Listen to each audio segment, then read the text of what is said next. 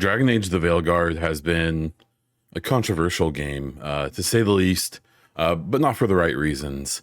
And I want to talk about the reasons I really enjoyed Dragon Age the Veilguard after finishing my first playthrough. I'll just kick it off with my rating. I'm going to give it an 8.5 out of 10. That feels right. It's not a perfect game. I don't think it is a 10 out of 10 necessarily.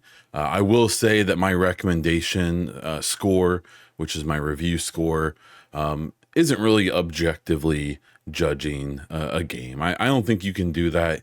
And even if you do, I truly feel like it's kind of useless for people who are looking for whether they should play the game or not. So, with my recommendation or my review, if I give a 10 out of 10, I think everyone should play the game.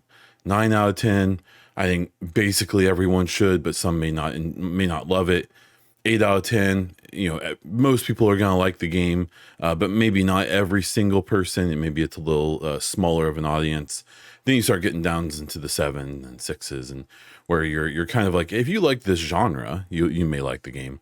So putting this at an 8.5, I think that Dragon Age the Veilguard is a game that would be pretty universally loved by most people, especially if you like the Mass Effects and the other BioWare games, if you like Western RPGs and things like that. When we get down into the more nitty gritty, I think that there's a lot to say. What's frustrating about the scoring and the reviews of this game is that it's been so intertwined with this unfortunate and really annoying trend lately to do the whole, anti-woke, anti-DEI, whatever buzzword all the weirdos are stuck on for that week. This game, and we'll get more into it with dialogue and all that, is a bit on the nose at times, is a bit eye-rolly at times about the things it's trying to say, but it never detracted from the game for me. I actually appreciated the messages they were trying to get across. Maybe I just wish that they would have been a little more tactical about it and not so, like I said, on the nose. We'll get to that. Let's kick off with visuals. Beautiful game. A very, very, very pretty game. I've been very impressed with basically everything. One of the things about the visuals that I'll get to is talking about how this is a very gamer game. This is a game through and through. So, we have the stylized characters, which I mostly liked. There's a few individual characters I don't love. We'll get to that in the story. The look of a few characters, but for the most part, a very beautiful game. When it comes to visuals, like of the characters, like the hair physics they used, which I believe was derived from hair physics from FIFA, I believe, and then they brought it over to the other Frostbite games, including Dragon Age. It just looks so good. It's really, really cool. The armors and stuff are kind of hit or miss for me, the looks of them. I do like that there's a transmog system right out the gate. So if you like a certain look and you don't want to have to always be changing the way you look off of what armor you're wearing, you can even transmog the weapons. It's really, really interesting. That's cool. The visuals there are fine. The environments are just insane, especially the vistas. Whenever you get to a point where you can see way far off or see some big monument or something you're near, just really, really beautiful from a visual standpoint. The only thing that threw me off a little bit, but I got used to it, was just the general design of the world that you play in. They definitely aren't going for a hyper realistic looking environment, especially in the gameplay areas. You go into cities, and everyone's just standing around. There's, as far as I know, no movement. There aren't characters going about their daily lives and walking around. It's every time you go, there's people standing in the same spots, having conversations. I believe that the NPCs do switch out. I think that they do change a little bit. And as the game progresses, all the cities and basically all the locations evolve due to the events of the story. Um, but that part felt a little dated, even though many of the cities looked really, really nice. Then you have this other factor where like healing and your ultimate ability charge up over time. Or with healing, you have to pick up like charges for your healing. You get healing flask and you have to refill them. And the way you do that is to roll into these big green vases and or these big green containers, and they just stick out so much. And it's definitely that thing where when you're going to a new area and if you see a bunch of them, it's very much signposting like, oh, there's a big fight about to happen, better fill up your health. And at first I remember being like, why couldn't they have been more tactful about this? Like, why couldn't they have made it fit into the world more? But as you play the game, this is a gamer game, man. Like this game is unashamedly a game. And so, when it comes to the stylized characters, when it comes to the healing pots just sitting out everywhere, even just the way the cities are designed make no sense. The way that you get around like Treviso and stuff like that makes no sense. It doesn't make sense for an actual city. For none of the design makes any sense, but it does from a gameplay perspective. And 99% of the time, a thing that may look kind of off-putting or weird if you're thinking of it realistically makes complete sense from a gameplay perspective. And that's, as I got into this game, I realized more and more, I'm like, oh, they just unashamedly are making a game here. And that's really, really great. When we move to gameplay, mostly talking about combat and things like that, it's great. It feels really, really good. My first playthrough, I played as a warrior class. I was really attracted to the Captain America shield throw. As time went on, I actually found that ability to not really feel that great. You can spec into, in this big skill tree that you have, which you can reset at any time, has very different ways you can go for playstyle, which is amazing. I could have made the shield stronger. I just didn't. I focused on other abilities, and that was fine. While I wish the shield felt more substantial, I still always felt like it was, fine. And the rest of the combat was so good, and the parry system and all of that felt so good that I guess I wasn't bothered by, I was really looking forward to the shield, and ended up not being great. No problem. The platforming and stuff is fine. You're really just jumping from platform to platform and figuring out little puzzles. When it comes to those puzzles, there's a few that stumped me a little bit, but they're not really challenging you too much. And it's not a criticism, really. I don't care about puzzles and platformers that much. It does beg the question that if you're gonna make puzzles this simple, maybe they don't need to exist. So but that's fine. It didn't bother me in a big way. I wasn't really going into this thinking I was going to be playing a big puzzle game, so that didn't really bother me.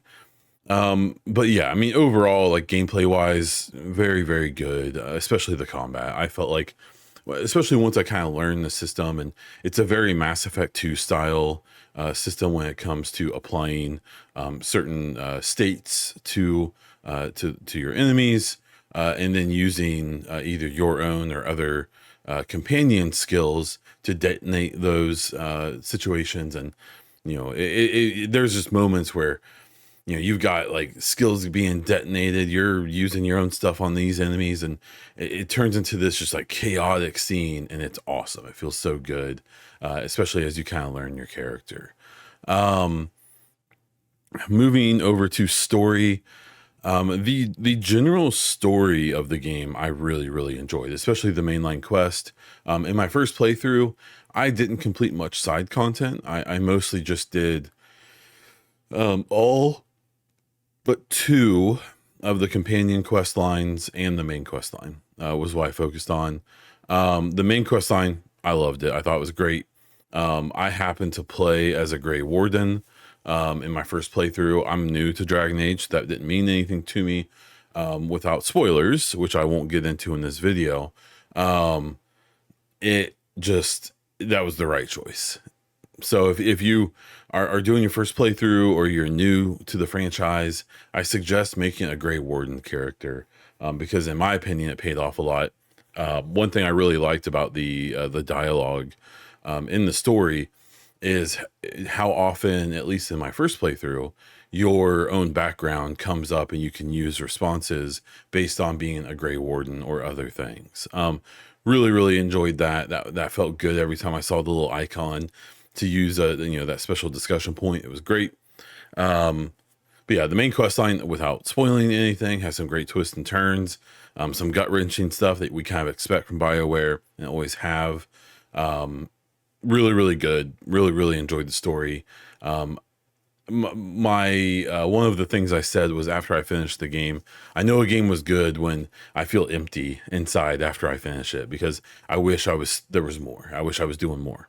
So when it comes to story, with characters, as well as romances, the characters I'm pretty good on. Most of the NPCs are fine or great.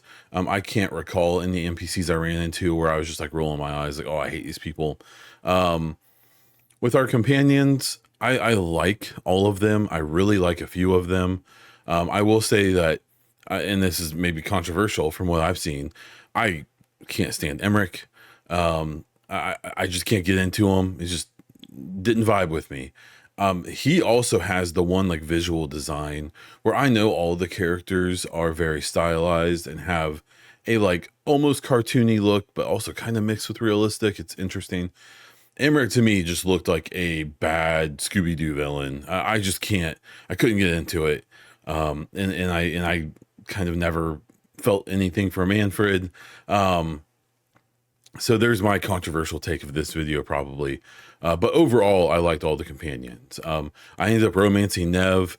The romances in this game, I completed that romance through my first playthrough, and then I just looked up the romances for the other characters out of curiosity, and they're sweet, but they're not, gonna be these viral, Baldur's Gate 3 banging a bear things. It's pretty tame. It's interesting that I've only seen, there's a nudity slider in the game, and I've only seen one screenshot that someone took of their own player, the antagonist, Rook, that they had a female Rook who had a relationship with another character, and they were top nude. But as far as I can tell, that's the only time you see anything in the entire game, no matter what romance you do or anything. Even then, where my male Rook romanced Nev, they're wearing burlap sack underwear during their scene. It's kind of strange because there's an option there. I don't know if it's a bug or what. At the same time, if you're looking for smut, it's pretty easy to find online. So if you're not getting it from Dragon Age the Veilguard, there's plenty of places to get it.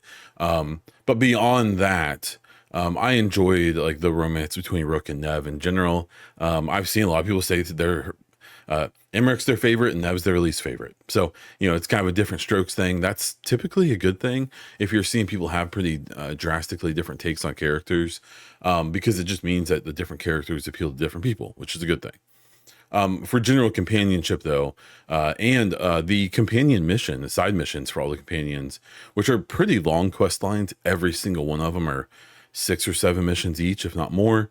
They're all pretty good. A few stand out, in my opinion, are better than others. One of them, for Davrin, who was a character I really liked, he was my Garrus type character, probably should have been part of the main quest, and kind of is in a way, but I'll let you figure that out. The one thing I do want to address is Tosh. She's a Kunari, or they are a Kunari character companion in the game. And their big struggle, their companion quest, is them discovering or feeling weird in their own kind of situation, and it plays out into them being a non-binary person who doesn't feel like a man or a woman and wants to be referred to as they and stuff like that. It's one of the most controversial quote unquote things that's come up. It's really not. my only issue with it is I don't think the writing for it is great. Sometimes it's a bit too on the nose. Sometimes it's a bit too like it feels like, and I'm not saying this in a bad way. It feels like you're being preached to a little bit, but it's a good message in my opinion. And so I don't mind that they covered or broached this topic. I think it's a good thing to do. I just wish they would have made it feel a little more in world instead of it feeling like kind of it just feels a little forced. But I'm glad that they did what they did, that they covered the subject they covered. I just wish they would have been a little more tactical about it, and been a little more creative about it, because the way it happens is it's a little eye rolly at times. But it's fine. It's definitely not the big deal people have made of it. Unfortunately, that class of idiots who spend every waking moment of their lives worried about things that don't hurt them at all have really latched onto this. It's definitely not worth that. In fact, a lot of the conversations I've seen people freaking out about, I never even ran into. So I don't know. It seems like a lot of the stuff that people have been mad about are things that are either such a minuscule part of the game, or you never see them anyways unless you pursue them. I don't know. It's not that big of a deal. And Tosh is a pretty cool character in general. When it comes to the story, the ending is interesting. I'm not going to get into spoilers, but there's kind of this talk about how Act 1, while you're putting people together, while you're putting your team together, is a little weak, and I agree there. I didn't love Act 1 necessarily. But in Act 2, once you have the whole crew together, it really picks up, and it feels great, at least to me. I really, really enjoyed Act 2. And then Act 3, which is essentially the finale of the game, is just wild. So much happens. The choices you made throughout the game do impact it a lot, both individual choices and your kind of general behavior through the game, and whether or not you did your companion quests and upgrade all the faction relationships and all that. You know, it's all very dependent there. There's even there's multiple endings, and one of the endings even requires that you did some various things during side missions and things like that. So keep that in mind. Overall, I really, really liked it a lot, though. So, to kind of wrap this up before I, banter on too long, this was really, really good. I'm not a Dragon Age guy. I tried to play Inquisition, couldn't get into it. Never played Origins or 2. And so I went into this being like, okay, I just want to generally enjoy it, even though I don't really like, medieval high fantasy, aesthetic games. I don't really love these type of games in general. Baldur's Gate 3 was a big outlier for me. And I kind of came into this being like, I'll probably come in around like a 7 from everything I had seen. And then playing it, I freaking loved it, man. It was so good. I feel really good about my 8.5 out of 10. I'm so tempted to go a little higher, but I think that feels good. And that's where I'm going to stay. I suggest not worrying too much about the fray, the static that's out there. I've seen so many people being like, Dragon Age has received such a bad reception. Is BioWare in trouble? And I've had, the comments I've gotten over the last couple of weeks. You only think that this game had bad reception, like a bad reception, and has gone badly if you're in a very specific algorithm and headspace, in my opinion. The vast majority of reviewers really enjoyed the game and gave it 8s or 9s out of 10. I think the 10 out of 10s are a little wild, as well as the 5 or 6 out of 10s I think are all like a little too, being a little too contrarian maybe. For the most part, the video reviewers I've seen who aren't just like the grifters have been really positive. Skill Up being a pretty notable exception. Rewatching his review, even I don't know what game he played. I fear, and this isn't judgmental. It feels like with him and some others I saw went into the game not wanting to like it, and then they didn't like it. It didn't do anything to change their mind, which is fine. But I just feel like sometimes you can tell from a review that the game started on its back foot and that the individual just was never really there to give it a real chance. But maybe that's maybe too judgmental of myself. Maybe I'm defending a thing I like, and maybe my own bias is showing there. I don't know, but I do suggest considering trying this game out. I really, really recommend it to most people. I suspect if you aren't gonna like it, you already know. Let me know in the comments what you think of this review and what you have thought of the game if you have played it. If you're a weirdo in the comments, I'm going to hide you from the channel. So please keep that in mind. If you want more Dragon Age, Mass Effect, BioWare, or just gaming news and speculation and coverage, please subscribe to the channel. Hit the like button if you like the video. If you want to check out my other content and other ways to support, you can do it by clicking the links down in the description. If you really, really like what I'm doing here, consider becoming a YouTube member to get a few perks and help me justify all the time I spend on this content. That is all I have for this one. So until next time.